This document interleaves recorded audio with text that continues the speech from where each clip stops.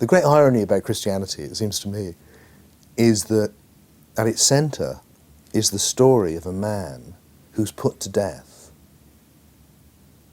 accused of saying that he's God, which then developed a church which has put to death anyone who dared to say that they were God, which is what every mystic ends up saying. You know, the line where Jesus says, I and my Father are one, that's the essence of the gnosis. That's what Christianity is there to reveal.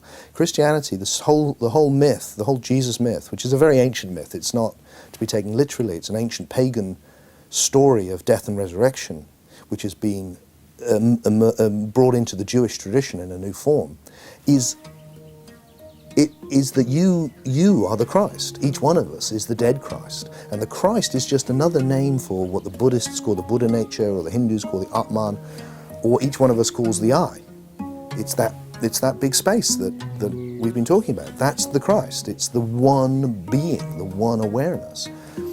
And there's a letter, one of the letters by Paul, who's a much misunderstood man, because there's a kind of fake Paul as well as a real Paul, which scholars now see. So we need to differentiate this kind of rather misogynistic Paul, who's not really Paul, and this Gnostic Paul, who's an amazing guy. And one of the things he says very clearly is, look, if you haven't experienced the Christ, you're not a Christian. A Christian is someone who's experienced the Christ within them. That's what makes you a Christian. And to experience the Christ within you is to know that you're God, because it's to know that there's only God.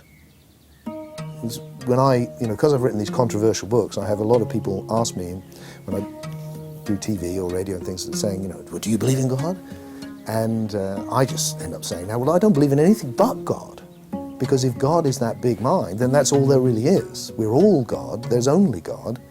It's just that God has got lost on the journey. And that's the Gnostic Christian thing, that God has imagined, or they see it often in the myth of looking in a mirror. God looks in a mirror to see who she is, and then sees life. So the one sees the many, and then falls into the mirror, like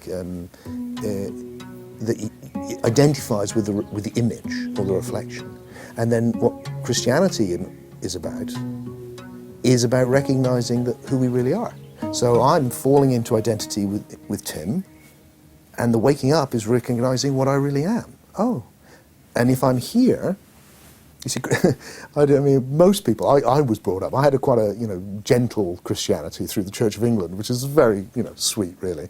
But I still got told that Christianity was about believing that somebody else had died for me because I was bad, and that if I believed this, for no other reason than it was in some old book, which was pretty contradictory and full of a lot of things that weren't very nice, that if I believed that, then I'd go to this very nice place when I was dead, and if I didn't believe that, then I would be tortured forever by a God of love.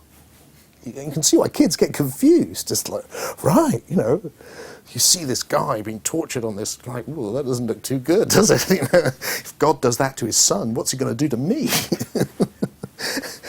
And the irony is, it's not that the original Christians taught that this is the underworld. This is death. We're dead now. When we think we're just these separate things, we're dead to what we really are. And we're lost in Hades. We're lost in the underworld, the world of shades, of appearances, of forms. And we think the forms is all that's real. And I'm just this and you're just that. And the waking up, and the word that's used in the Greek, which is all the Christian documents are written in, anastasis means not just to resurrect, but to wake up. So what the resurrection is to wake up and recognize, oh, there's the Christ. We're all the Christ. Tim thought he was Tim, turned out he was the Christ. And this image of Jesus is someone who's done that. He's the philosopher who has done that. And he's a model. He's an everyman figure. And so I was shocked. Like so many of us. I went east to find real spirituality because I didn't find it here. And then ironically came back to the Christian tradition, looked right into its heart and found the Gnostic tradition about gnosis, about knowing. And there it was. Exactly the same teachings in a different language, but the same teachings.